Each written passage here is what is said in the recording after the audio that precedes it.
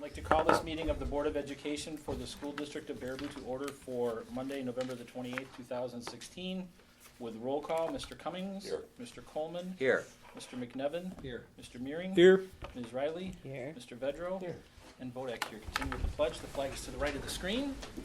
I pledge allegiance to the flag of the United States of America and to the republic for which it stands, one nation, under God, indivisible, with liberty and justice for all. I would entertain a motion for the approval of the minutes of the last board meeting of November the 14th as printed. So moved. Second. Motion by Meering, seconded by Riley. Any discussion? Hearing none, those in favor, please signify by saying aye. Aye. Those opposed?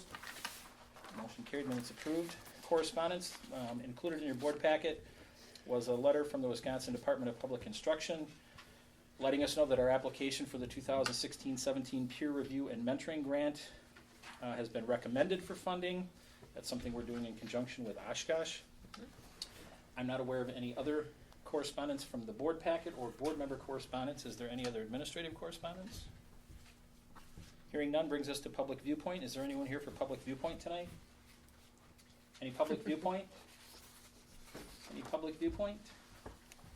Hearing none, let's move to the most exciting part of every one of our board meetings. That's the staff, student, and community recognition. And we're going to talk about Al Bierman Elementary and in particular behavior interventionist Kayla Bauer. Yes, Kayla, if you want to come up front. Interventionist. You must be paid by the syllable. The letter. Thank you. Thank you. So, thank you for having me, first of all. So what Danny's passing out is just a comparison of where Abe was at last year with some of our behavior, our major ODRs, which are office discipline referrals, and then kind of where we're at this year with implementing this new position.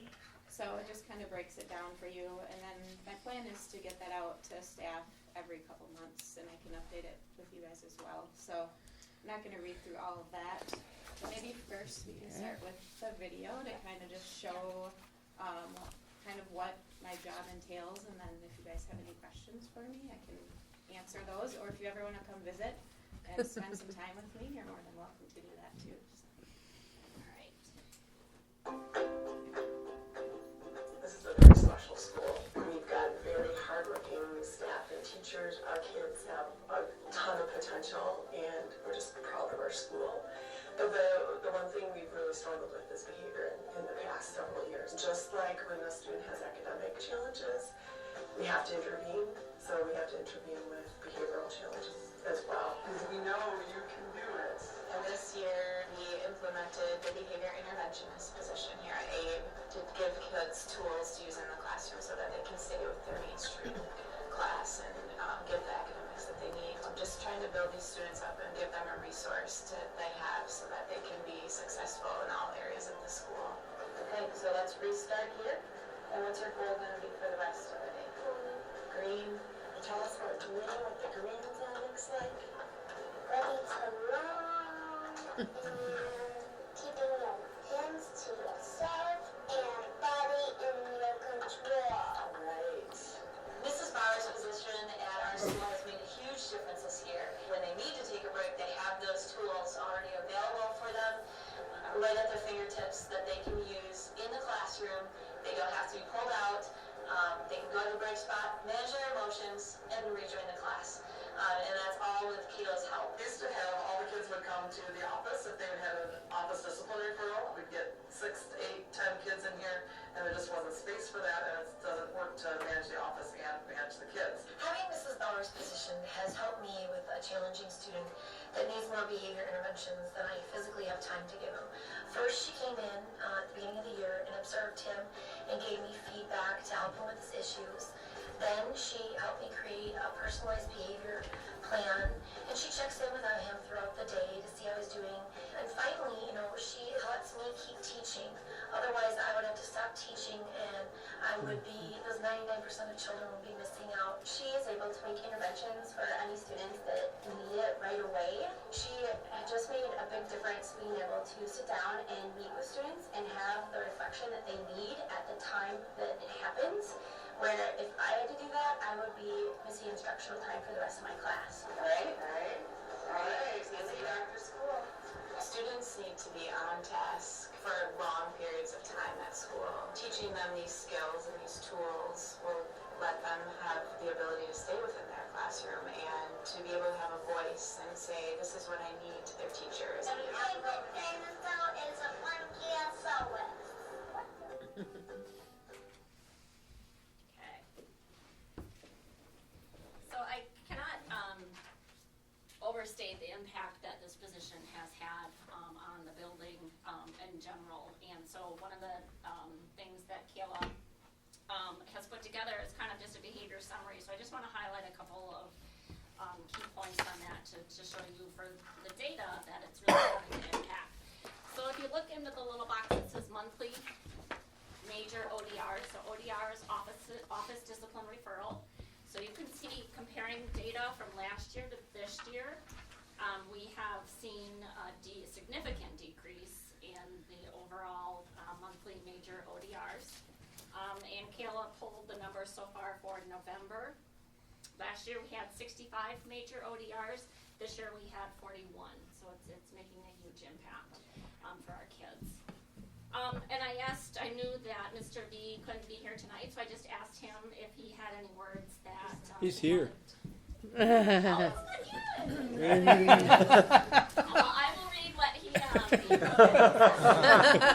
Can we critique it? Absolutely. Okay, good.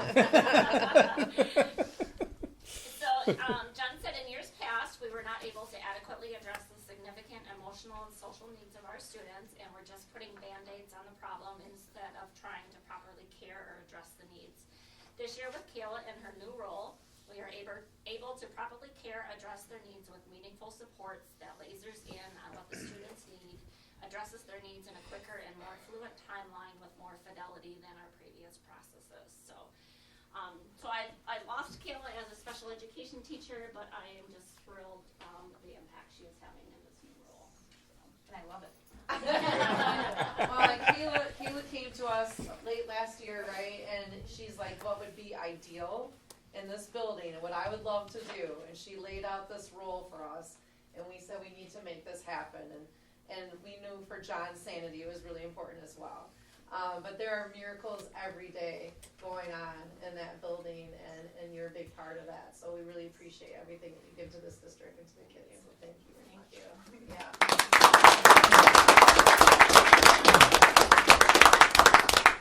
Kayla and Danny and Lori, before we go on to something else, because this has such significant impact, how do we replicate, right? Well, what a great question, Peter. I'm so glad you brought that up, Peter. Yeah. I did not put him up to You didn't pay him to say that? No? All Let's see of if there's a our, printed yeah, thing. I mean, when we talked about our needs last year as a district leadership team, the number one need was we need help with behavior. And as you hear from the teachers in that video, it's so critical, right, to keep instruction going and to keep that academic engaged time. And one person like Kayla, and it is a special person that we have in Kayla, so it really takes that right person to maximize that role, can make a huge difference for the overall building. So all of our principals would love to have a behavior interventionist in each of our buildings, and we definitely have data to support that need, and so that's something that we'll have to talk about as a board when we have budget numbers too, to see if that's something that we can grow and replicate, as you're saying. Well, and I'm sure that as we move from Thank you. elementary to middle to high school, also the issues change and become more aggravated. But because we, as public education, are the last bastion of support for these children, since other funding sources are drying up.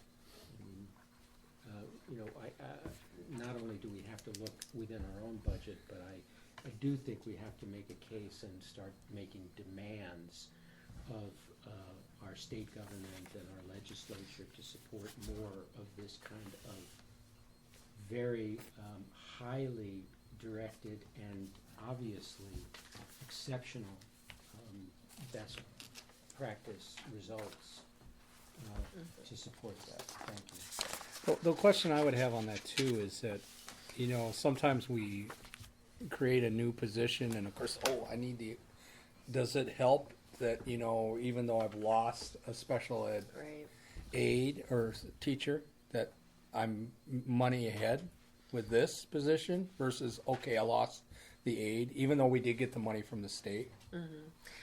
Well, from the federal government, and I think when you have a highly qualified individual doing this intervention work that Kayla's doing, the return on investment is significant because it'll help with student achievement and it helps for all those students focusing, right, in their classrooms. So we lost a special education teacher. We filled that position with another individual. But the return on investment that you've placed in this position, Sure. I think the data is a little early yet, but we're seeing really good return on that investment. Well, I'm sure John had a much more pleasant October this year than he did last. I'm gonna be straightforward with you. Yeah. Conversation, do you mind if I share this, Lori, or not? You can do it, yep. Conversation I had with Lori last year was, if this continues, I cannot continue doing this position anymore. Because the behaviors are so significant and so severe that my whole day was spent really addressing sure. that. And I couldn't do my job to the level I needed to be doing it at. And when I talk to other administrators, either locally or out in the state, we're seeing this throughout. This Right. severity of the behaviors. And what happens is it's a ripple effect because not only is that student not getting what they need, which is really addressing those areas of weakness, which is emotional, social, behavioral needs, but it also the ripple effect is into the classroom because you shut down that room and the teacher does not have the time to really adequately address the severity of that need. And then it comes to the office, and then all of a sudden you have an influx in the office, and then we can't adequately address that. So it's a major ripple effect, and with her being able to really dive deep, like I had said in that marvelous quote. It was marvelous. It has truly changed the whole environment of our school. We had a great environment before, but it's gone to the next level right now. Yeah. And we will continue to see positive ripples from this, not just for those students, but for everybody in that regard, from teachers, from the parents and families, because she's also supporting them and helping them, giving them ideas, the resources, and it's just continued to grow. And we need this in other places. That is, we have math coaches, we have literacy, reading specialists, we have our people for GT, and those are all very important, but if the behavior part doesn't get addressed, everything else will suffer. And if Sure. the student struggles in math, the class can continue. We still need to address that need, but the whole class can continue. Behaviors are not addressed, Shuts up. you're not gonna have the effect. Yeah. So, I just wanted to make sure I was here to really advocate for this. I am so fortunate we have this at Abe, I'm so fortunate to have her, that Danny and Lori were willing to go on and support that you guys were willing to support that. But now we gotta find a way to spread the wealth. And that doesn't mean. Right. I I figured that caveat was coming. Oh, we're not gonna put you in every building? Problems fixed at age, you can move on. So, I do appreciate you guys willingness to let us pilot this, and, just from a personal standpoint and a professional standpoint. Thank you. Okay, thank you very much. And it's tough to follow John when he says that from his heart, but what you're seeing is a tension in principals and in our teachers that, you know, this is a great segue to what Nick is going to talk about, the accountability piece, right? To grow our students on an annual basis and have high levels of attainment with their achievement while we're taking care of the whole child. And there's this constant tension of how to do that as the behaviors are intensifying. And so our principals can't be great instructional leaders with the teachers if they're always having to stop what they're doing with instruction to take care of behavior. So, and the same for our teachers. So this is attention. It's a great segue into what we're going to talk about next. Yeah, absolutely. Actually, there was a gentleman who was just in here doing, I didn't even catch his name, he was in here doing the tour of the building, and we were just talking about how you can't just separate the academic from the other piece. You have to, educate the whole child, and I think Caleb's been doing a wonderful job helping with that over at AID. So they're having a lot of success, and they have been having success for a while now. We need to celebrate that over at AID. So I'm going to talk about I'm going to talk about data. So recently the school report cards became public and the embargo was lifted for our spring assessment data from the 2015-2016 school year. So I'm going to start out with just talking about our state level assessments and how our students and our schools came out with those from last school year, now that data is available. And I'm going to focus on the Wisconsin Ford exam, and that's taken in grades 3 through 8 for English language arts and mathematics, and grades 4 and 8 take science, which is also associated with the Ford exam, and then grades 4, 8, and 10 also do social studies. So we'll talk a little bit about those results. We'll talk about the ACT Aspire, which is taken at grades 9 and 10. We'll also talk about the ACT plus writing, which is taken at grade 11 for reading, English, math, science, and writing. And we'll also talk about the ACT Work Ps, which is also taken at grade 11. So all this data is in your board packet, and I just want to go through it really quick. We have the ACT Aspire results right here for grades 9 and 10. So if I'm a student and I come into the high school, I take the ACT Aspire, and the ACT Aspire is an indicator, and it lets me know how am I tracking to do as far as the college and career readiness standards set by the ACT. So when I hit 11th grade and I take that ACT, what's my trajectory looking like? And so you can see this right here is the percentage of students on track to meet ACT benchmarks in each of these core areas. In 9th grade. And these were our 9th graders last school year. Okay, and so I take that in as a 9th grader, it gives me an indicator, and then I go ahead and I take it again as a 10th grader, and I'll have another kind of indicator, knowing that I'm going to take the actual ACT, right, in 11th grade. So then we move on, we have our ACT results. ACT plus writing, that's what these results right here that you're seeing here and here are from our students last year when they were in 11th grade. So we had a composite score of 20.1, which was right at where the state came in, okay, for a composite score. Baraboo students scored at or above the state average in English language arts and math. And then we scored slightly below, really close in science and STEM. Now, STEM is something new that the ACT placed in as a measure. They don't have separate college career readiness standards for STEM. What they do is they actually take the science and the math portion and they combine it together and they call it STEM. All right. I'd be careful with these numbers right here. When I first pulled this data for you, I used two tools. I used WISE-Public and I used WISE-Secure. And the state has, I'm trying to think of the best term. Continue to verify their data. Yeah, That would be the clean up best the way. data. Yeah. And so it still is, shows a similar pattern to what I spoke to up here, but it's been tweaked by a few tenths Like a few here and tenths, there. Yeah. But I'll get that new data out to you relatively soon. So I also wanted to just talk about this. If you remember a little while back, we didn't have a case where every student when they were in 11th grade had to take the ACT. Now every student does.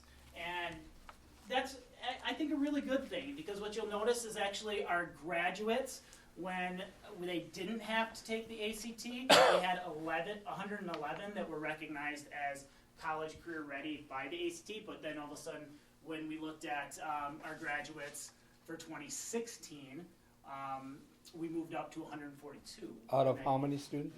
I'd have to go back and look at how many were in that. Yeah, Yeah, I mean, right in there. Roughly. Yeah. 220. Yeah. So you guys, you would have some students who probably never would have taken the ACT Sure. that took it and said, hey, this is an option for you. So ACT word keys is also something that students take in 11th grade. And so Baraboo students scored above the state average on that assessment in both reading for information and locating information. Baraboo students fell below the state average just by a little bit in applied mathematics. And that assessment, what it does is it allows a student to get a certificate.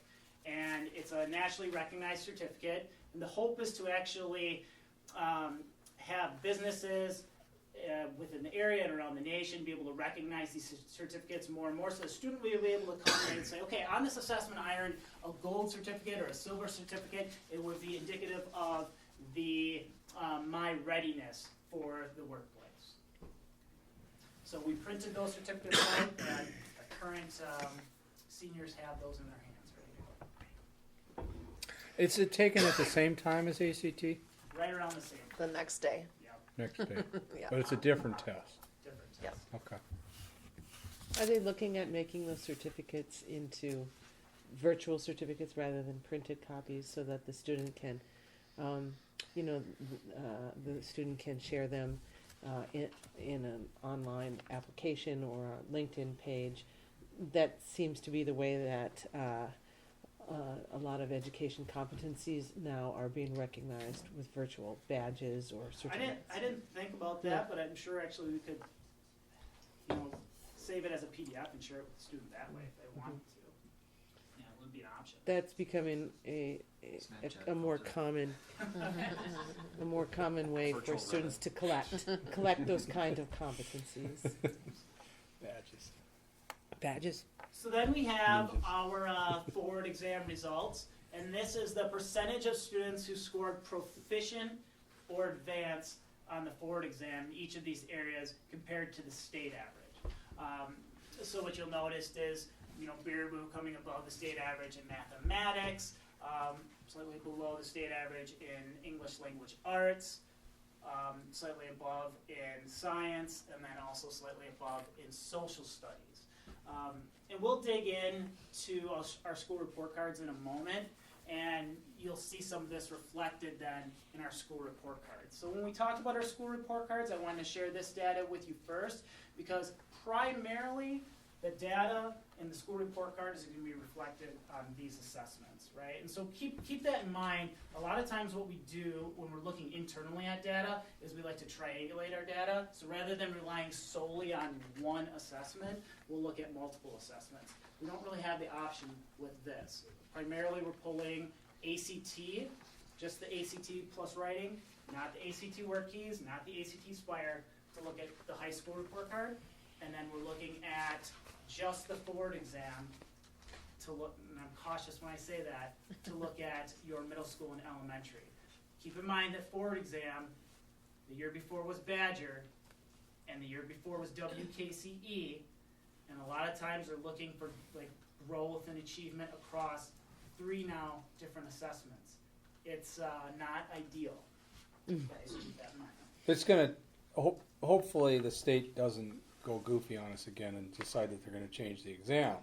But no guarantees on anything, is there? In life?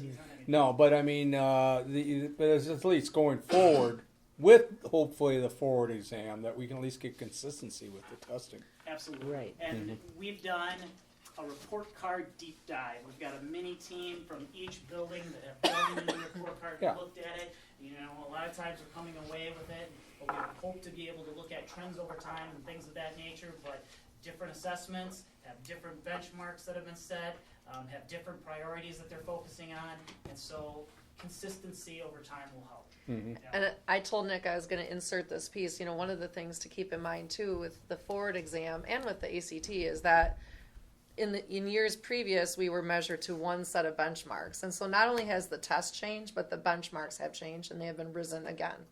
So for many of our students or families, in the past they might have received an individual student profile that says your student is proficient. That same student this year with the forward exam, because of higher benchmarks, may be basic. And so we have data that shows that students who scored in the 90th percentile in language arts on their assessment was deemed proficient. Where as a school district, we'll use the 90th percentile on an assessment as a gifted and talented pool list.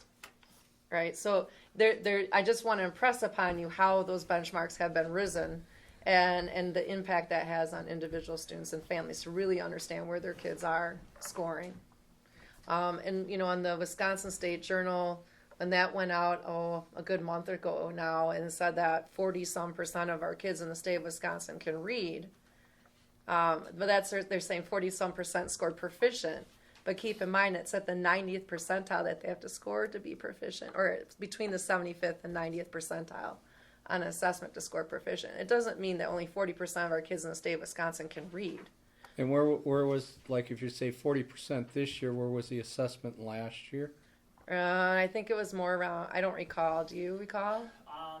No, With the Badger? I don't have any literature to Right. say it, but we do know that the benchmarks have been raised this year from when it was the Badger. It's pretty significant. So It is pretty significant, but moving forward, if the test stays consistent and the benchmarks stay Yeah. consistent, then as a school district, we have a better sense of how to measure our students with this And assessment. that's okay, Yeah. as long as they're consistent. Right. Which they haven't been. Right, and I just want you to be aware of that as you're looking at this data. I'm not expecting the state to be consistent. What I'm expecting is that we have our own internal data that we have made over time consistent, right? Right, and that's what we use to guide decisions. And that Yeah. is the critical piece of information that we need to be communicating to our parents, to our students, that these are much less significant to us than they may be to others, because we do have internal mechanisms to know pretty much what every child is doing, what their issues are, how to drill down to support their growth. And I think those are the most important things to me, both as a parent, as a board member, and as an educator. That is where the proof of the pudding is. So just to speak to that for a moment, just as I provided you a data sheet of the spring assessment data, state assessment data from last school year, we are working on finishing up processing all of our data internally, and so you will get very soon a sheet that's similar to that reflects our data that you've seen internally in the past, like our MAPS assessment and things of that nature. So just to touch base on these paragraphs, I'm not going to read them directly to you. The first one talks about some of the changes that have gone on with this new state report card. On the cover, on the surface, it's going to look very similar to the report cards of the past, right? But if you actually dig into it, there's some significant changes that have taken place, specifically based on economically disadvantaged population. For one, certain areas of the report card are going to weight differently towards the overall score than others. Also, when we look at, there's a section on student growth, and where in the past it has been just a very standard student growth measure, the state has taken the opportunity to dive into value added, which is a new measure that takes into account different subgroups, and the state calculates for each subgroup, okay, where do we think they should be trending to or growing towards, and then does a calculation based on that, and they actually use UW-Madison to run those calculations. So again, on the surface, this is what the school report card looks like. I'm going to talk to you really quickly about 5 key areas. 1, 2, 3, 4, and 5. Here we go. So the first spot is the priority areas, and so you have 4 sections on the priority area part of the report card. You have student achievement, student growth, closing the gaps, and on track for post-secondary readiness.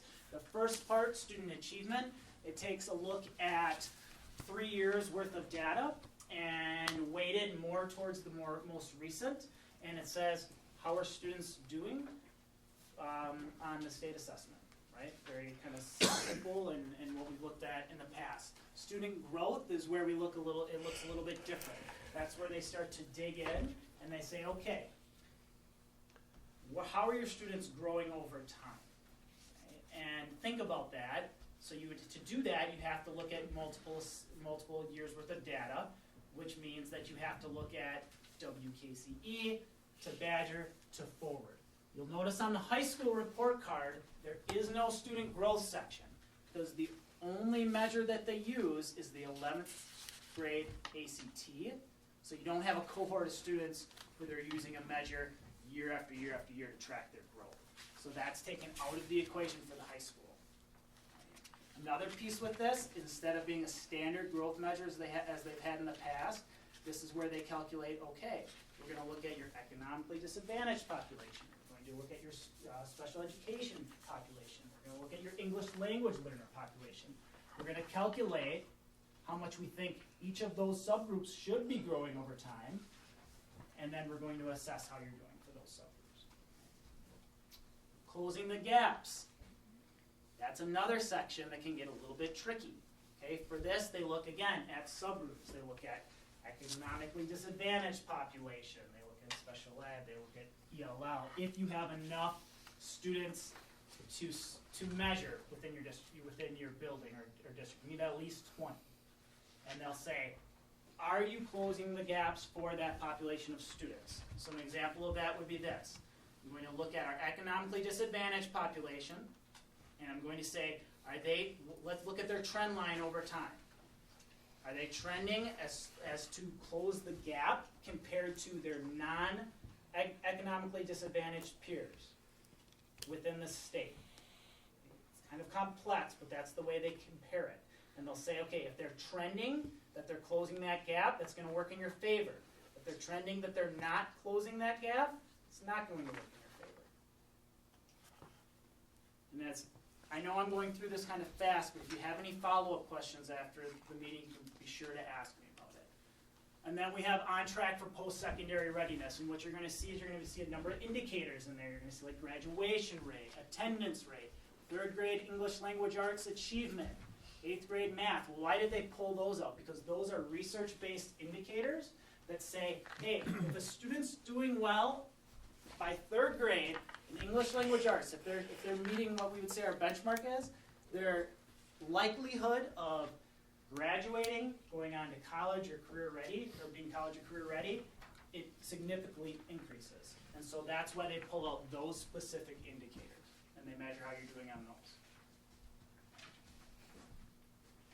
I know I said 10 minutes, but it's not a lot.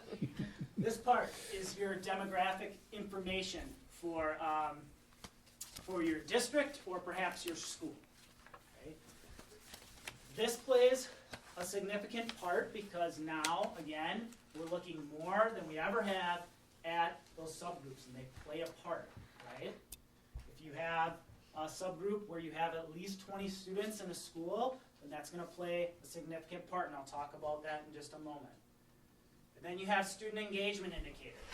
And you know what? These are things we're working on. Dropout rate, absentee rate. We're not close to hitting this threshold where that would cause a deduction for us. Let's talk a little bit about test participation rate, though. There are a number of schools, okay, some of our neighbors, there's a high school that's very close to us who had a -5 on their school report card because they did not meet test participation rate. So it looks like this. We need 95% of your students to take the assessment. If they don't take the assessments, we're going to take 5 points off your overall score. Okay? But we're not just going to look at the total population. Again, we're going to look at subgroups. Okay? Let's say you have 20 English language learners in your school. 2 of them do not take this assessment. That's less than the 90. That's less than 95% from that subgroup. So we're actually going to take 5 points off your total school score. You can see how that can drop a school's total pretty significantly. Right? We get into situations where people may choose not to take the test, and how are we working with our parents to say, you know what, it's in the best interest of your student to take these tests, because then we evaluate how we can best serve your students. How are we addressing that with our I can parents? speak to that as a principal. Yeah, I can speak to it for district because this is Nick's first year in this role, but what we've Yes. done when a parent has come to us with the opt-out, we do contact that parent and have a conversation, ask them why they're considering that. Sometimes there's a lot of misunderstanding, and we've been able to work it out where the student does take the assessment. But it is completely up to the parent to do that, and if parents continue to opt out, it does have that impact, like Nick is saying, where you get that 5-point deduction right off the top. Yeah, I mean, a parent does have that right, but Yep. but again, then it's happening with school districts. You're right that they're getting penalized for that. Well, And we could be the next one in line for that. I Yeah. want to connect the dots, right? I mean, we have to be making a statement to DPI and to the state about the fact that if parents make certain choices that affect the test rates and that the district is penalized, and that then funding for the district and its reputation is connected to that, there is a serious disconnect that needs to be highlighted and presented in a way in which parents can understand and legislators can understand.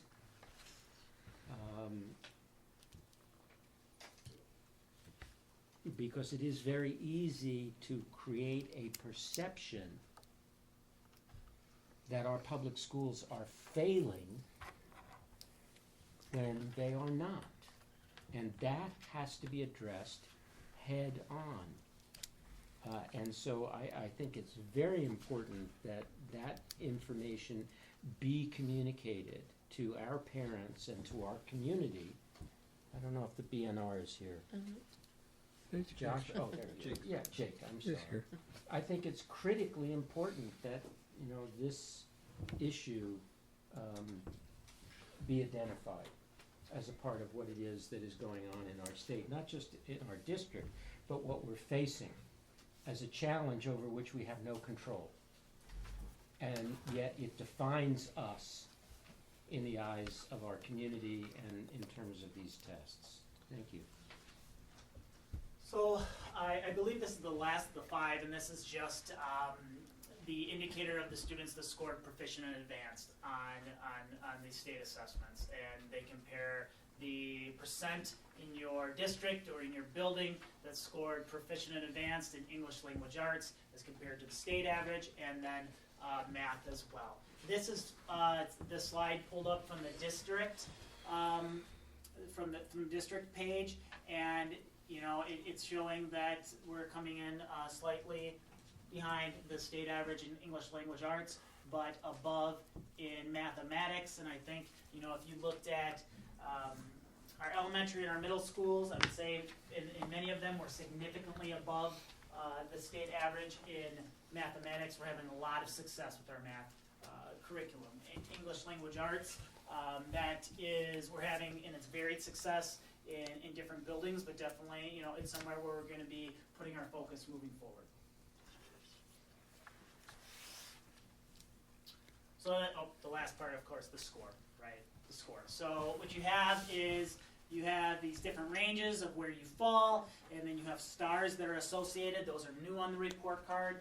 There's some in the state legislation that wanted it to be a letter grade, but we came back and we have the stars.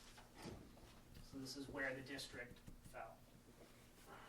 So how is the report card scored and changed from prior years? What we have is prior report cards. It was 25% for each of the priority areas went to the overall weighting of the scoring that you see in the upper left-hand corner. Now there is 25%, 25%, and 50%. And you might be saying, well, that is the same, Nick. But actually, You're right.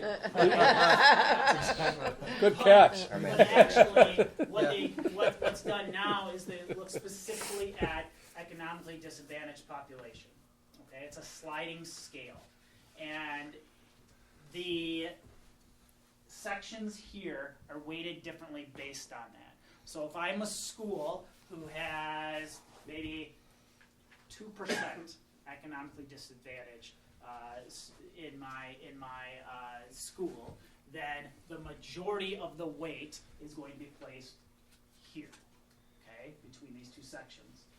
If I'm a school who has an increased level of economically disadvantaged population, right, maybe I'm sitting around, let's say 70%, the majority is going to be placed on student growth. Okay. I can touch base on that more, but I think I'd be talking for a long time. So typical elementary school, it's going to be the same with what I just talked about. Middle school, again, the high school, there's no student growth. So it's 40% on student achievement, 40% on closing the gaps, 20 for on-track for post-secondary readiness. This is what the district one looks like. Okay? So that sliding scale applied here, here, and here. High schools don't get that.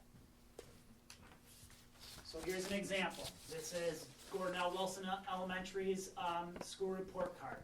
Their free and reduced lunch population or economically disadvantaged population was 48.4%. That slides the scale so that between these two measures, more weight is placed on student growth than the student achievement section. Okay? You could see, if you look into that data that I shared with you, you'll be able to see that there are some of our schools that are even higher than the 48.4%, and thus even more weight is placed on that section. So what does it all mean? It's a lot of data, a lot of information pulled out of one assessment, basically, right, at each level. We're talking ACT at the high school level. We're talking about the board exam at the elementary and middle school, even though it's forward Badger and WKCE when you're looking over trends over time. So I'd be cautious to pull anything, and say, oh, we need to put all our eggs in this basket based off of this one assessment. If I just do an overview, I can tell you this. We're having a lot of success, elementary and middle school, with our math curriculum. We're having a lot of success right there. Okay. English language arts, it's going to continue to be a focus moving forward. When we look at our economically disadvantaged population and how they're doing compared to their non-economically disadvantaged peers, a focus moving forward as well. Okay. Unfortunately, I can't sit here and tell you there's a magic bullet for that. I can't sit here and tell you that there's an intervention that works perfectly for identifying those issues.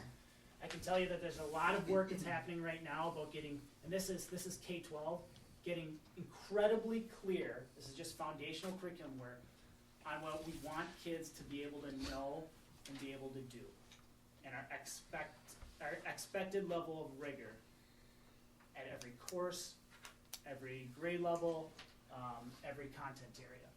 And I'm really looking forward to, over the next year, being able to roll some of that stuff out to you and highlight that. Okay. Any questions? Maybe it's a comment more than a question, because we just had a presentation of the impact of a behavioral interventionist at our elementary school and the impact of that on student achievement. And I believe that needs to be factored into our future as well, because there is no question in my mind that the issues of student achievement are directly impacted by the environment in which that student and those students exist, and the behavioral issues, the mental health issues that we know exist are not make-believe. And we're not going to get student achievement on a larger scale until we get that kind of behavioral intervention that is now going on across the board. We're way ahead of the curve, no question about it. But nonetheless, the relationship between those two cannot be overlooked when we present to our parents and our community that the rise of issues that young people face is going up. The support to address that in an educational environment has not kept pace with the need. That's a nice way of saying it. And the results, no matter how you mess around with the tests, are going to continue to suffer until that issue is addressed head on, as we are beginning to do and have been doing. Can you touch again on the significance of the participation? I know, what is the percentage participation they're looking for? 95% participation rate. And once you go below 95%, I know there were a number of schools in Madison that had issues with participation. I know for a fact that a lot of building principals and people throughout the building, when the testing was happening, were making every attempt to make sure that people were tested, to make accommodations so that they would be tested, which, you know, kind of piggybacking off what Peter said, if you can't get them to participate for whatever reason and we're held accountable for them not taking the test, you know, it's a pretty insignificant number of kids that can really sway the information that we get to see. There's a lot of anxiety there, right? Because there are some things, let's say a student has a medical issue, right, and we provide enough documentation, then they may not count against us. Let's say we have a student who's sitting there and they just say, I don't want to take this test. That's going to count against us. They fill it out and they bubble it out a different thing. There's not a lot we Right, can that do does, about that it. counts against us. There is too, a lot of anxiety there, and especially because now we're looking at some subgroups that would mean that 2 students can really take a 5-point deduction in a school's entire score. So there's anxiety there. Is there a common argument or reason among those parents who decide not to have their children? I haven't seen a trend, no, for a common theme or for why. I think they each have had their own individual. Sometimes it's just very philosophical, right? This is just so outrageous to me. I cannot remain silent. I mean, is there a movement amongst district administrators, amongst school boards, that because we've identified this significant flaw, should not we be unifying together to push this forward and make it understood? Jean Dahlhoff, who's one of our very own Baraboo people, working with MadRep. I go and meet with that group, and there are a number of superintendents in the greater Dane County area that meet with that group, and this has been a topic of conversation for that group, which is comprised of district administrators and business leaders, and also post-secondary institutions. And we come together maybe 5 times throughout the course of the school year to talk about ways that we can collaborate. It's about creating a better prepared workforce, right? That's desired. And most recently, we've formed an ad hoc committee, which I'm serving on with some of our peers in Waunakee and Verona, to talk about advocacy in terms of changing the report card and including other measures. Particularly at the high school level. We know at the high school level that kids are college and career ready if they can successfully take an AP course and place a 3 or higher on an exam. Or look at the amount of kids that take dual credit coursework in our high schools and achieve college credit while they're still in high school. How can you say they're not college and career ready?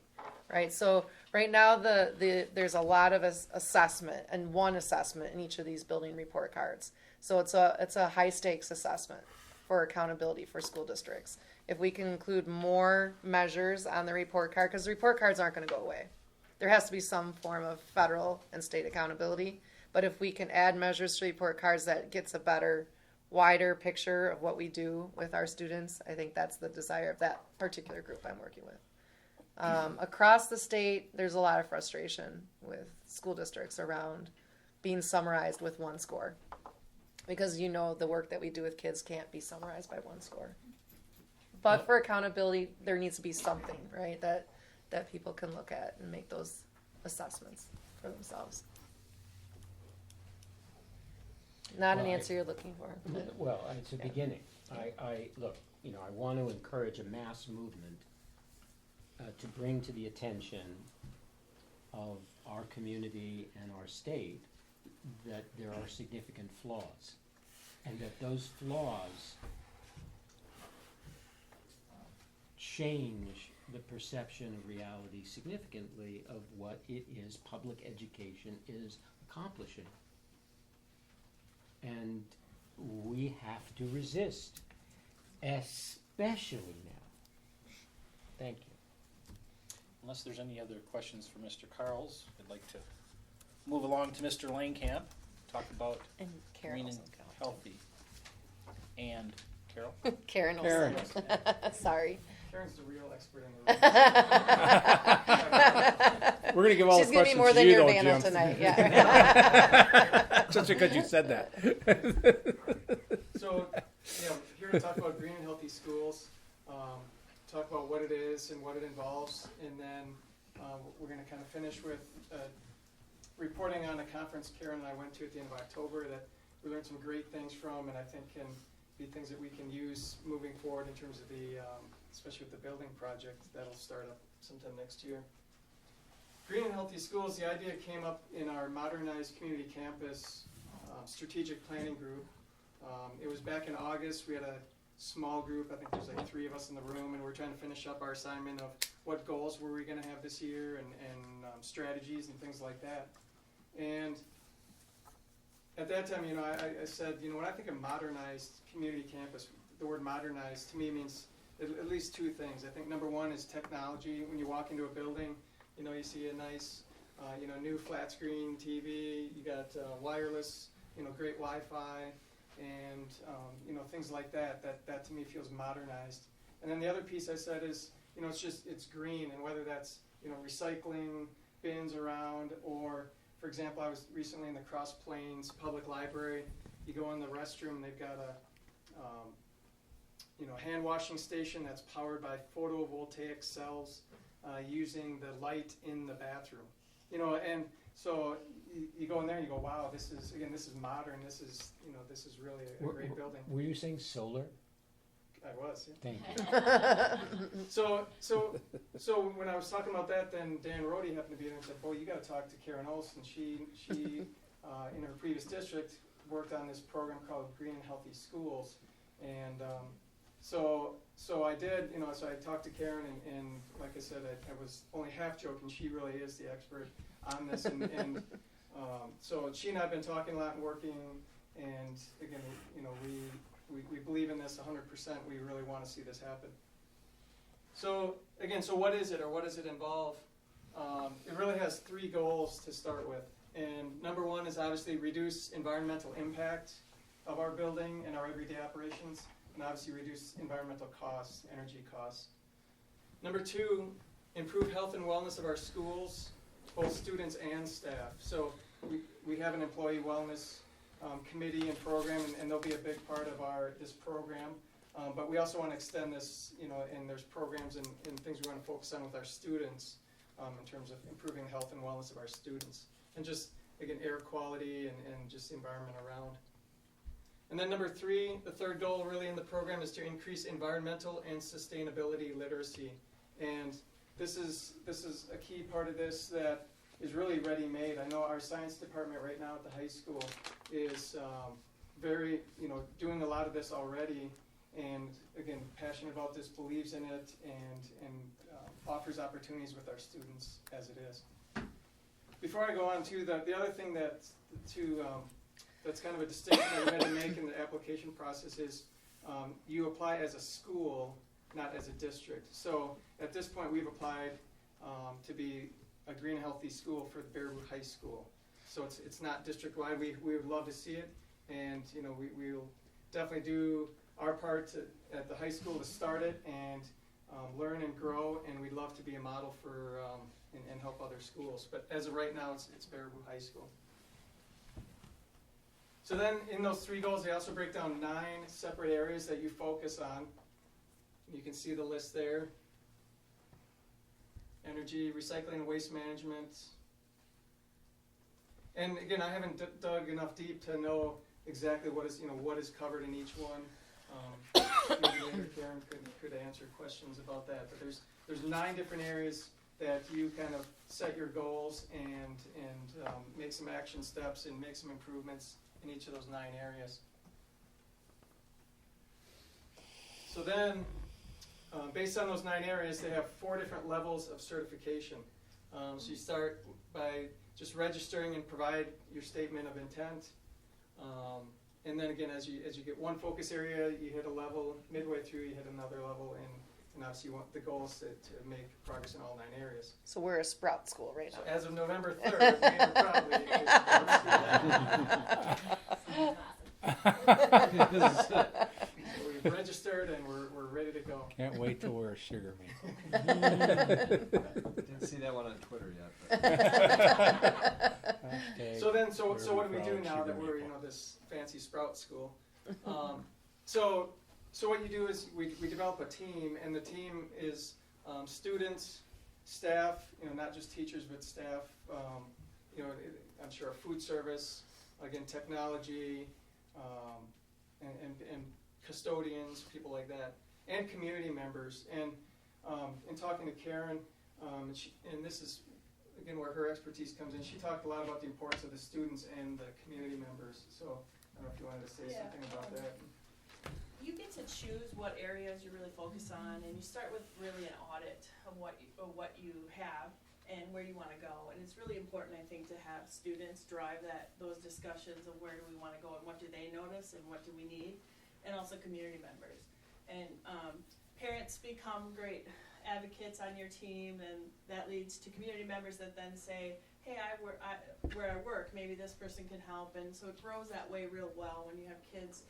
When you start with the kids, just really having an interest, and we have those kids, we'll have no problem. Just have to identify them. In my previous experience, I had kids come to me and say, we want to do this, and so then I helped them.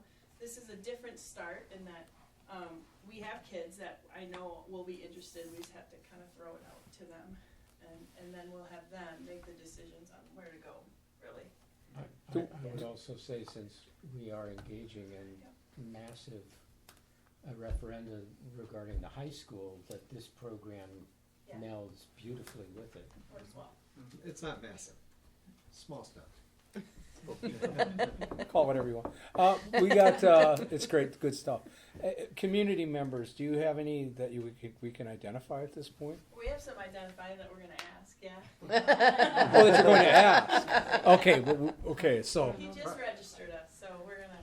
Probably good not to see their names in the paper before they They're ask. True. I don't want to pressure them. We have a lot of individuals helping us with this kinds of stuff, like you said. Yeah.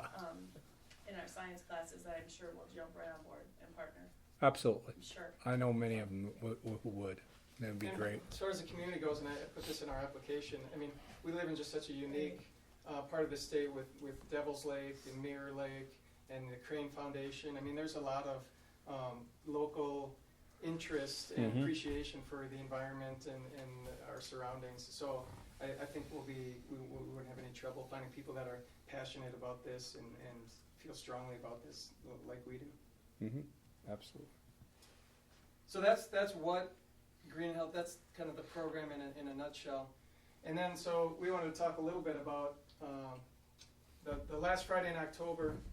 Karen and I went to just a fantastic conference at Cromrie Middle School, and if you know a little bit about Middleton, I mean, we went to that's kind of the Taj Mahal of the environmental building, standards. It was, and they had the luxury that we don't in terms of, I mean, they got to start from scratch and build brand new, and had some donated land and things like that. So not that we expect that's what we are going to become or that our buildings can turn to that level. But just like anything, when you see the cream of the crop, any improvement in trying to get as close as we can with our given situations. One of the things that in fact, so we had some breakout sessions, and Karen and I went to different sessions, and I know I wrote down 3 contacts, just some different people that I heard speak. And for example, one of them was, he's now called the Director of Operations at Glendale, I think he used to be the business manager, or maybe it was buildings and grounds, and it was buildings and grounds, and now it's director of operations. But he talked about his experience, and again, it sounded just like ours. He said, we're kind of the Milwaukee suburb, we're landlocked, we can't just buy a piece of land and put up a brand new school, so we have to basically retrofit what we do. So school districts like that did some things.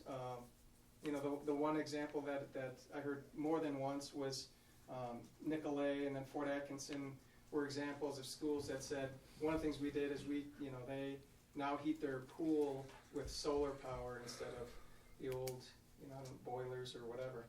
And so again, real examples like that. When I thought of our school sitting up on top of a hill with a clear shot of sunlight, again, the bell goes off.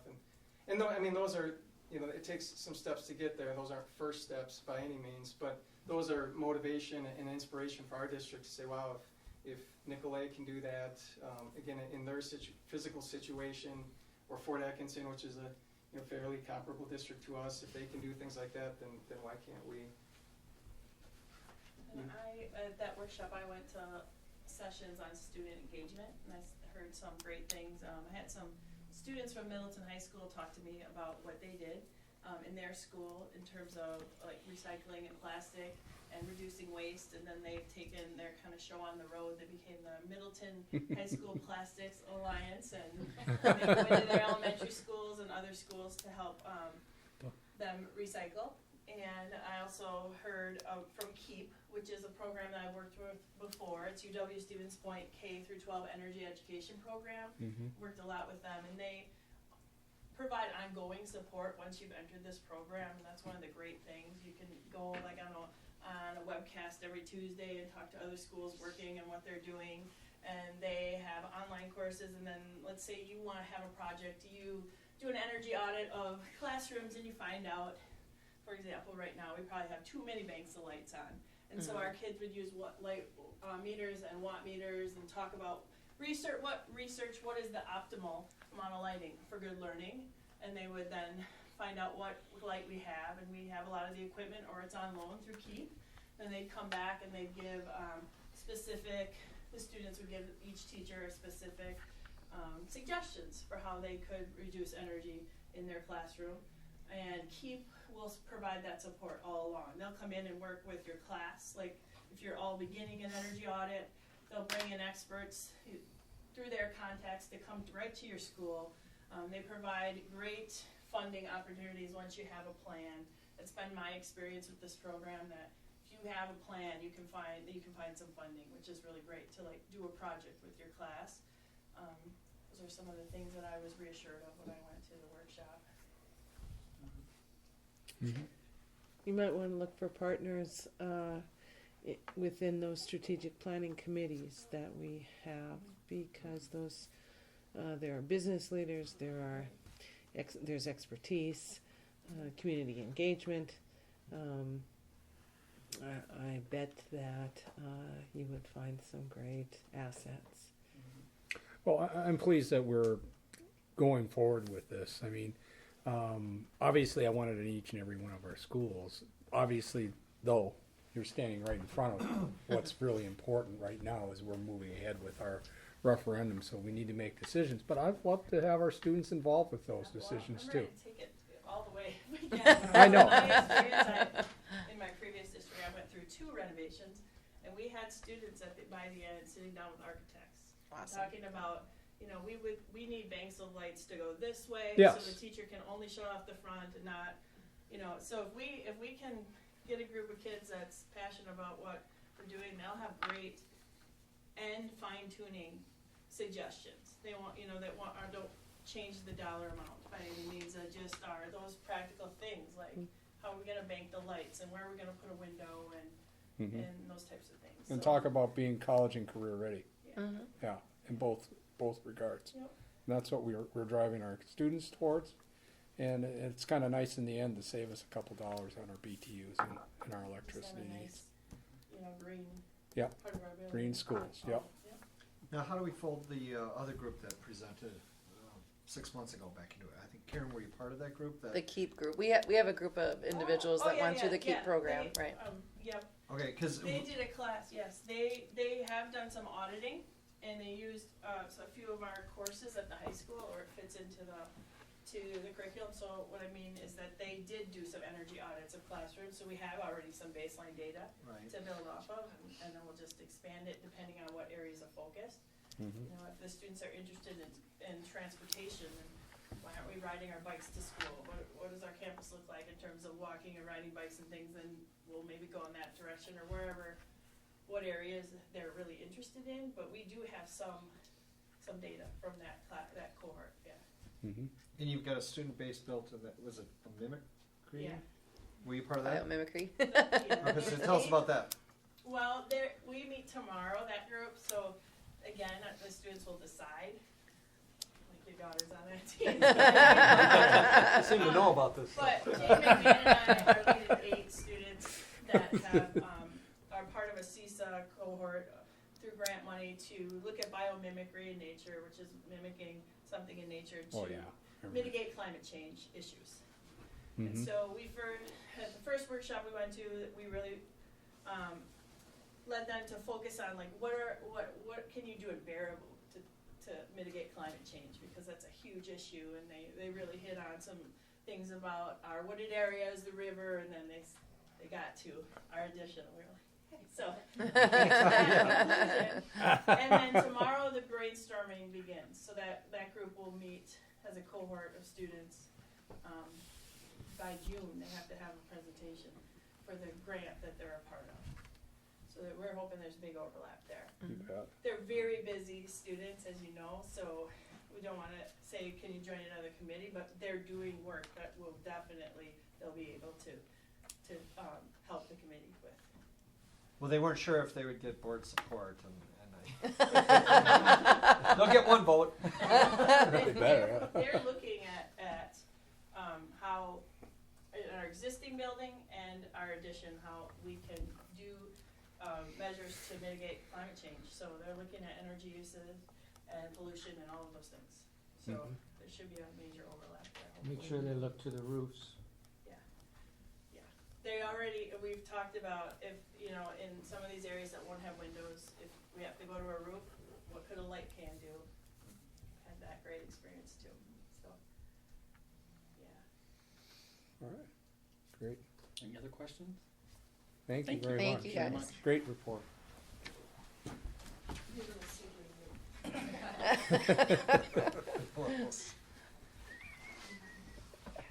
Sprout. What are we aspiring to next? Sadly. Oh, that's nice. That's going to be a party.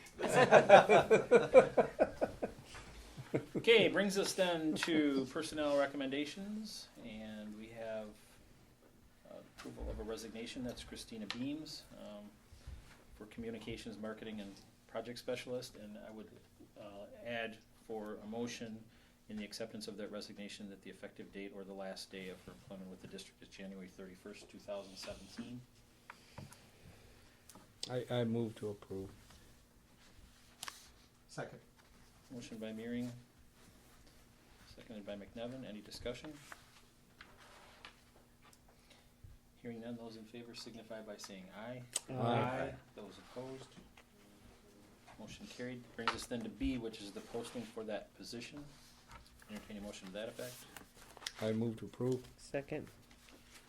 Motion by Meering, seconded by Riley. Any discussion? Hearing none, those in favor signify by saying aye. Aye. Those opposed? Motion carried. Brings us then to new business. The first up is the approval of a request for the Jack Young Middle School Social Studies trip. And Linda's here to help with that. I'm gonna try to go fast, so. There's a Packer game, just, I don't know if you knew that. The way they've been playing, I don't know if you need to go that far. Right, exactly, take it down. So those of you who have been here are aware of the high school trip that goes to Europe, that Jake Cole has been running for now, he went on one this last summer. this is the same company that runs that trip, and he sent them my name, and we talked on the phone, and now this is the idea going forward with the middle school. So rather than take middle schoolers to Europe, I thought it would be smarter and safer to stay within the United States. So my hope and my plan, and along with my colleagues, is to do sort of a 3-year rotation, doing Boston, New York City, Washington, D.C., back to Boston, and repeat. This way, incoming 8th graders are my target audience, but if they wanted to go on more than one trip, they could have an opportunity to go on one as incoming 9th graders. This helps me to build the crowd, obviously, for the trip, and also gives kids more opportunity to go to different places. Probably because you guys, you're going to want to know about the safety and the liability insurance. So they have I want to say in the packet it talks about a $5 million liability protection, $50 million. Wow. So lots of insurance, as much as you possibly want. They also have illness and accident coverage, 24-hour emergency assistance. They hire professional overnight people to be the security in the hotels, so we're not relying on chaperones and teachers to prowl the hallways. That's part of the service. And they have a 10-to-1 chaperone to student ratio. So for every 10 students that sign up and pay, they will give you 1 free chaperone. It's a pretty good ratio. The reason to do this, obviously, is to enhance student education. I want to tie it to the 8th grade U.S. history curriculum. So going to Boston, seeing Lexington and Concord, and then coming and living through that in the classroom and talking about how what they saw over the summer relates to what they're learning, I think would make things very powerful. And the students who go on the trip would have an opportunity to access a program and complete a post-trip project. And those projects, my expectation and the other teachers, our expectation would be those would be shared in the classroom with their other classmates. So getting students out there and letting them see where history was made and encouraging them to just add depth to what we're doing in class is the purpose for the trip.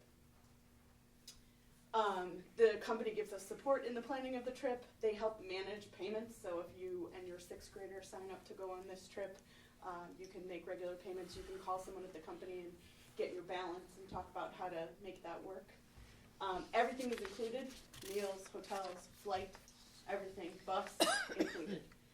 There is a tour director, so there is someone whose job it is to wake up early, make sure the bus is there, get everybody on the bus, move everyone to the next location. So there is an actual tour director. So the teachers and the parents who are going on this trip are not in charge of the trip. They are helping, and they'll be going on as chaperones.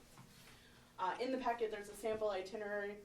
It's not exactly what we'll be doing, but it's just a sample. It's a 4-day itinerary, sample hotels and meal locations. Cost. So ideally, this would be where we would launch the program with the 6th graders in January of their 6th grade year, and they would then have 19 months to pay and go as they're headed into 8th grade. That is my hope, and I think that timeline allows them to pay a manageable monthly amount, which is $82 a month for 19 months. They obviously can sign up later if they want to, but that monthly amount then is greater. The total adult cost is $1,900 or $95 a month for 19 months as well. So if somebody wants to sign up to go with their student, it's a little bit more for an adult. For every 10 paying travelers, 1 chaperone travels free.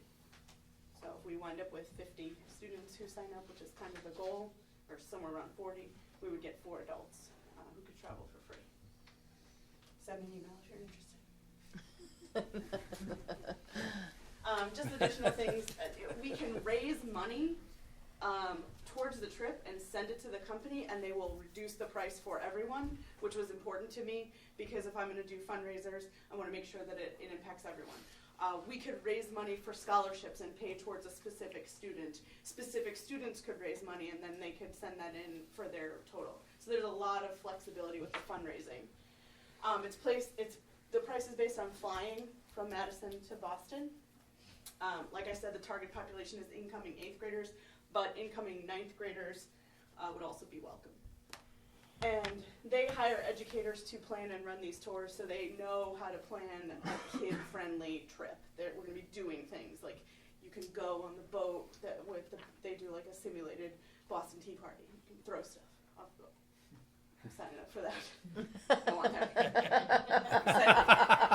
That's my favorite part when we were talking about it. Just a quick question, the pricing is based on flying out of Madison? Yeah. Is that a charter flight, or? Is No, that- just it's Okay. commercial rate. I thought it was gonna be a bus, and I was getting like gearing myself up to ride a bus, and she said, no, that's not cost effective. I was like, Are your prices then locked in once you start? yeah. And do they want more than a 1-year commitment? You say you've got kind of Oh no, we 3-year could just do it rotation. one time if we wanted to. I just think if we were to do it, I think that's the plan we should go with. Obviously, you know, if I'm not the person planning this, they can go in whatever direction they want. One thing I didn't put in there that I think is cool, they have kids staying outside of the city, in the suburbs, so that if you get past the paid security, there's nowhere for you to go. So, I like that a lot. You said the target's 50. Is there a minimum that have to sign up? I think that they're looking for somewhere around 20 for a minimum, for it to be cost effective for them.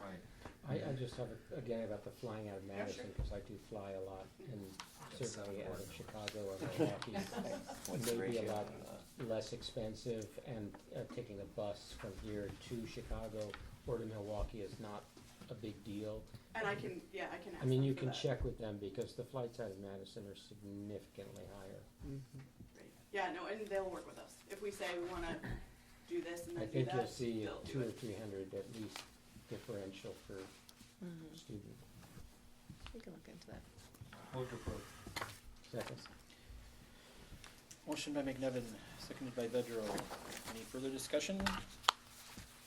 Thank you for the presentation. Those in favor signify by saying aye. Aye. Those opposed, motion carried. Brings us then to approval of, or wait a minute, the approval of the Jack Young Middle School athletic field lights. Yeah, this was discussion at the last BG&T committee meeting, and who do you want to talk? Jim Linkamp can share about it. So the football field. Did you know you were gonna do that? Yes, he did, Okay. yeah. Hey. Yeah, Sean's cell phone has about the same power that our current lights have right now in the field, but so the football field. Battery's dying. From what I understand, years ago, we got lights donated from Ho Chung's parking lot that we've tried to use as football lights, and the lights just aren't, they shine just like parking lot lights do, straight down, and it's pretty minimal candle power. So we have a local gentleman, Kurt Hanusa, so Eric's brother, works for LED Wisconsin, and had offered to donate 6 fixtures of lights, and I don't know specifics other than they're LED lights and much more powerful and useful. And at a total value of $2,400, if we'd go out and purchase them. He thinks we can use the existing fixtures, the existing poles and everything, and basically just take off the current fixtures, put his on, and should be plug and play, should be ready to go. So it's a great opportunity. It certainly can't hurt what we have currently in place. So I think it's really kind of a no risk proposition. And so Buildings and Grounds, we talked about this, and it's a donation. You don't have to approve it as a full board, but it's such a great donation. We wanted to bring it to the full board to approve as a recognition to LED Wisconsin. Move to approve. Second. Do we want to get a baseline on those existing so we know how much we're saving by doing this if you're moving to LEDs? I mean, Sprout. You're doing a green initiative right out of the gate. You might as well get credit for it. Well, he said and again, I don't know the terms, but the wattage or whatever is so low already that we're not going to see a huge savings, because it's not like we're, took a whole big high-powered lights and made them more efficient. We took really low-powered lights and replaced them with. Leave them run 24 hours a day so you can become a sapling. Yeah, right. All right.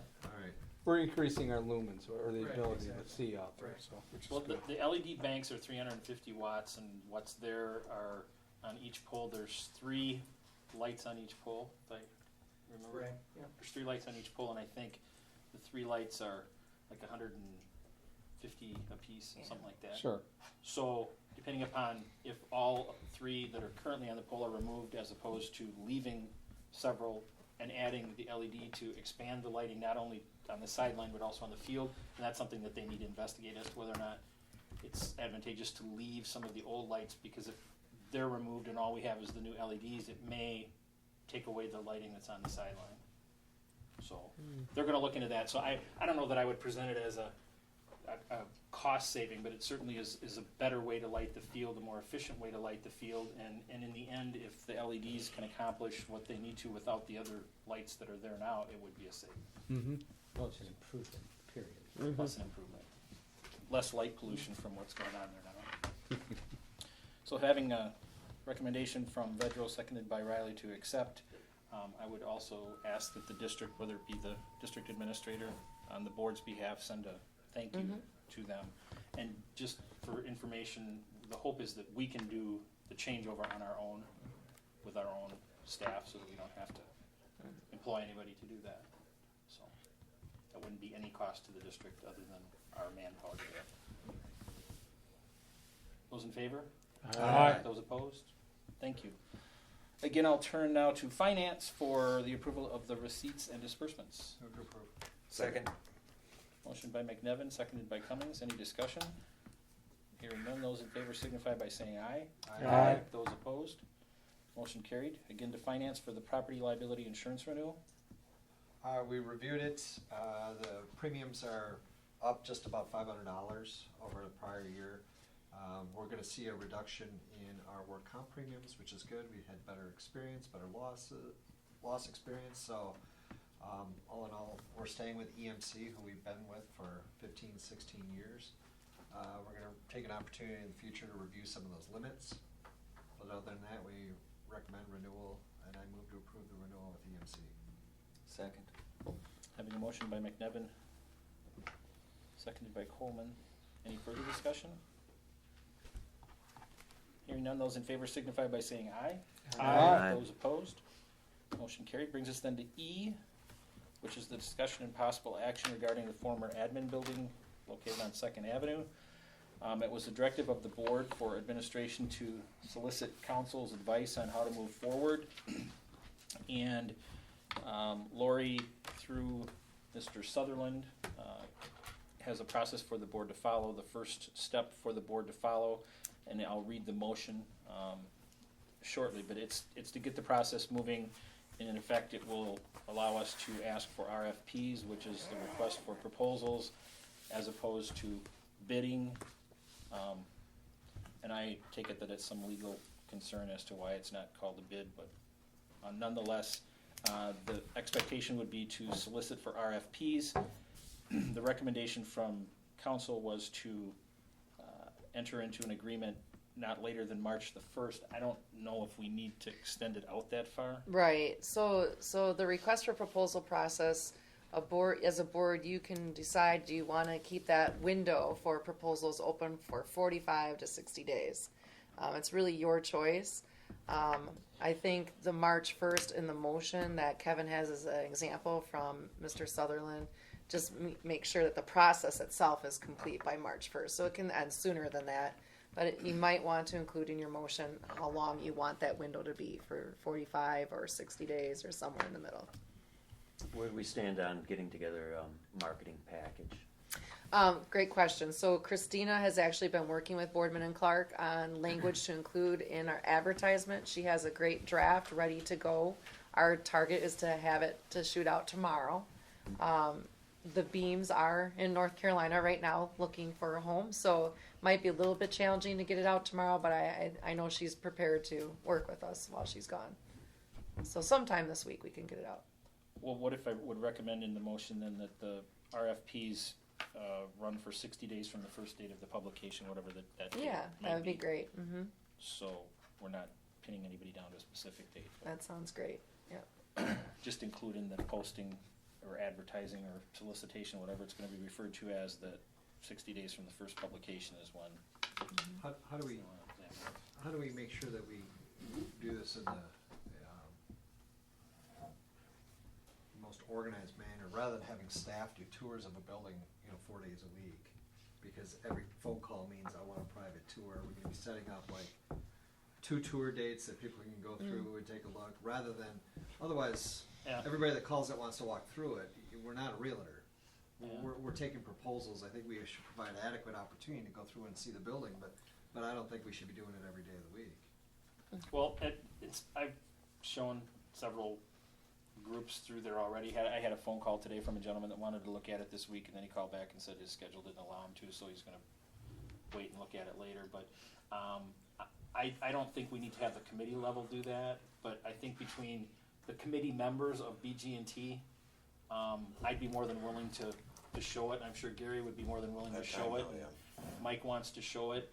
And as far as a clearinghouse as to, looking at them, I think if we get somebody that's interested, if we've got more than one person, maybe we can do, several at a time. I don't want that to be a hindrance. I don't have a problem showing it. Right, okay. I don't wanna show it 15 times to 15 people, but I don't think that needs to be a roadblock. We'll figure it out. Whatever people wanna do, whenever they wanna look at it between us on the committee, I'm sure we can show it. But it's a good question. Well, I just look at how often we went through buildings to get to this one, and how frequently we went through different buildings Right. at different times. Okay, so getting back to the recommended motion then, which would, as part of the motion, again, include the RFP deadline of 60 days from the date of first publication. The board directs district staff to solicit proposals through an RFP process for the sale of the former administrative building located at 101 Second Avenue in Baraboo. District staff is directed to undertake this process in consultation with legal counsel, with the goal of providing the board with an opportunity to enter into a sale agreement not later than 60 days after first publication. Kevin, did you say building at that location? Should be property, shouldn't it? It says former administrative building. It's the whole property. Okay. Building and property. Building and property? Got it. I will so move that then. Second. Having a motion by Mr. Cummings, seconded by Mr. McNevin. Any further discussion? Hearing none, those in favor signify by saying aye. Aye. Those opposed? Motion carried. Brings us then to F, and for that I will turn back to Mr. McNevin. I was conserving batteries, so I turned off my iPad. It's your regular Actually, update, right now. which It's to the be, ad hoc item yep, on the agenda? which to Oh. be fair, we're gonna always include on the agenda so that you're always kept in the loop, and we haven't had anything new since our No, last we haven't. update. We're so. coming up with the initial meeting with architects and builders, and find out an understanding of how they typically approach projects of this magnitude, of this duration. Obviously, there's a lot of focus groups that need to be brought in throughout the whole process, and that's not just day one, that's every day for the next year and a half, 2 years. So the good thing is that this project is not concentrated at one building instead of being spread out over 5 or 6 buildings. So at least the review of the impact will all be right there. But we've got green initiatives that want to be brought in. You've got every group that's affected needs to be brought in, and the design process needs to start sooner rather than later. I think one of the things that Lori and I talked about anecdotally that we'd like to get clarified is some estimated steps. In other words, what parts get done when, or what could be addressed first, because I think if we could bring forth a timeline for different parts, that would be beneficial to let everybody know when different parts will be impacted. I have a feeling everything's going to be impacted all at once, and it's just going to be a fact of life for the next 18 months to 2 years. That it? That's it. Thank you. Hearing nothing else, I do entertain a motion to adjourn. So moved. Second. Those in favor? Aye. Those opposed? You have 2 minutes to a Packer game.